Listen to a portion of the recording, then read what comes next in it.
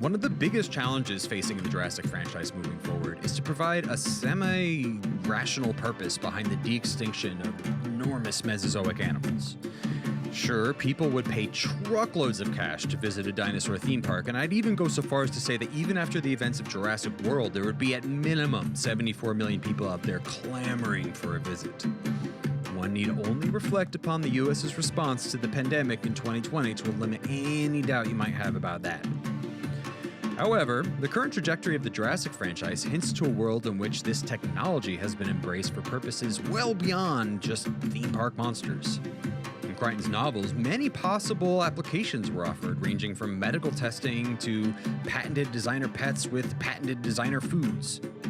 The Jurassic World series so far has pretty much just focused on weaponized animals engineered for military applications, but I'm sure that is probably on the lower end of actual real-life applications.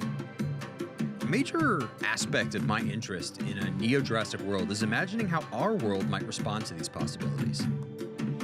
Each episode of this season will open with a fictionalized version of this podcast that contextualizes and dramatizes the possibilities of this technology with real-world science and real-world motivations. What possible motivation could there be for resurrecting a predatory pterosaur the size of a small plane? Well, the story laid out in this episode's intro, while obviously satirical in nature, was also the most plausible situation I could imagine.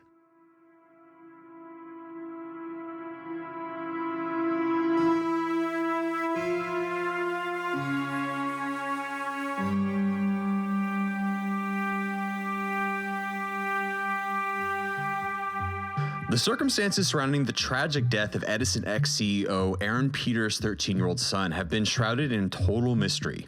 Up until very recently, like yesterday, nobody had any clue of what happened during last month's deadly incident at the new Edison X compound in Texas. Now, in the wake of yesterday's press conference, a flood of truly bonkers new details have been revealed. Details that would be of particular interest to my fellow NeoJurassic listeners. Buckle up, y'all. Not only are the details surrounding this tragic death kinda shocking, they are directly linked to the current proliferation of de-extinction projects popping up all around the globe. So before we get into it, here's some context. Since his acquisition of Edison X 17 years ago, Aaron Peters has aggressively expanded into a myriad of industries: aeronautics, aerospace, automobile, neurotechnology, and now, apparently, genetic engineering. In recent years, many of Peters' ambitious projects have been the subject of significant criticism from members of the scientific community as well as business leaders. They've argued most of these projects have done more for the company's media standing than achieve any meaningful scientific advancements.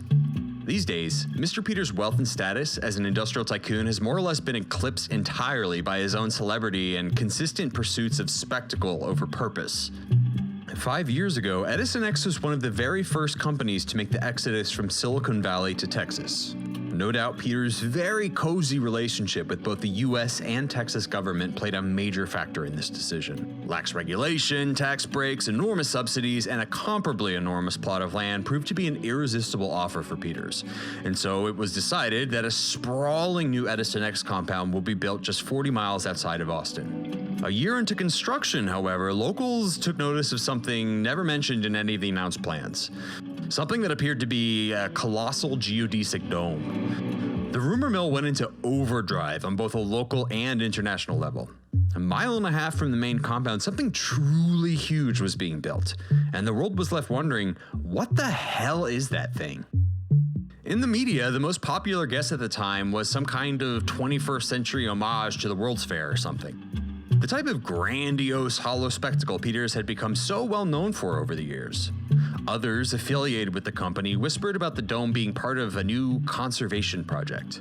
This idea was pretty quickly met with considerable skepticism, as many noted, myself included, that Edison X had a pretty solid track record of pursuing interplanetary colonization over any Earth-bound conservation efforts.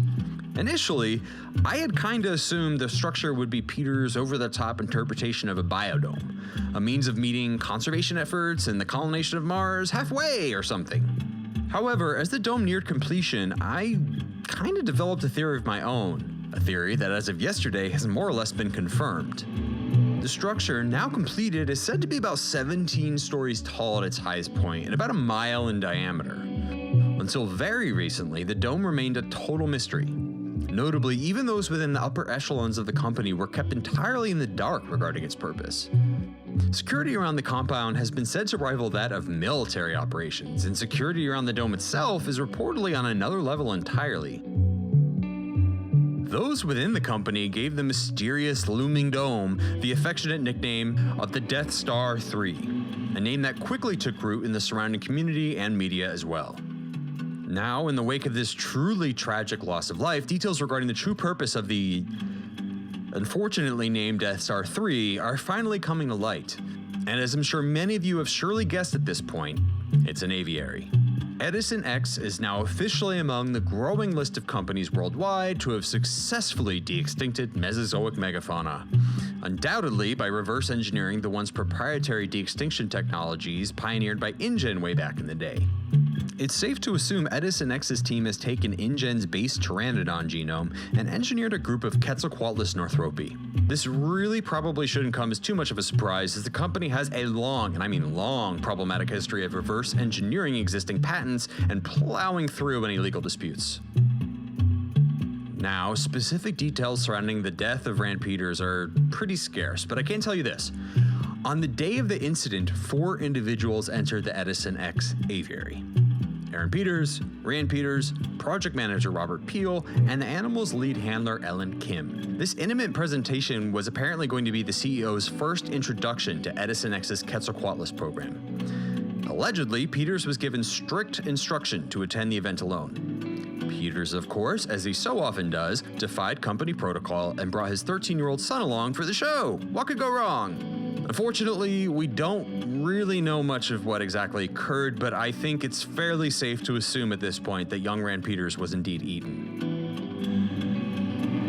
In yesterday's press conference, project manager Robert Peel said the animals were much more intelligent than anticipated. They had been regularly observed exhibiting coordinated hunting behavior and generally displayed behavioral traits comparable to other social predators. According to Peel, over the past 4 years, the pterosaurs seldom, if ever, displayed any aggressive behavior towards their handlers. Hearing this, it becomes slightly more understandable how the tween son of the billionaire CEO was given clearance to the presentation. Now, you're probably wondering, why on earth would a company best known for trying to colonize Mars be investing untold billions into the extinct flying reptile business? Well, I can think of at least 2 reasons. The first, of course, being Aaron Peters' spectacular ego and full-time pursuit of tech spectacle. I mean, of course, Peters would be the one to slap a patent on the largest flying animal the Earth has ever known. Of course he would. And what's more, the cute marketing synergy of it all had to have been irresistible. It's worth noting what we know as Texas today was Quetzalcoatlus' home back in the Cretaceous. And with news of Peters starting his own Major League Basketball team in Austin, well, I would not be surprised to see a Quetzalcoatlus mascot bouncing around in the bleachers of the new Edison X Mega Stadium. Although, in wake of current events, that may now be a little less likely. Then there's the reason detailed in yesterday's press conference: biomimicry. Over the past decade or so, biomimicry has proven to have tremendous potential in the aeronautics industry. Standing the height of a giraffe with the weight of a full-grown grizzly bear, Quetzalcoatlus would appear to be incapable of powered flight. Yet they did fly, and they did it exceptionally well.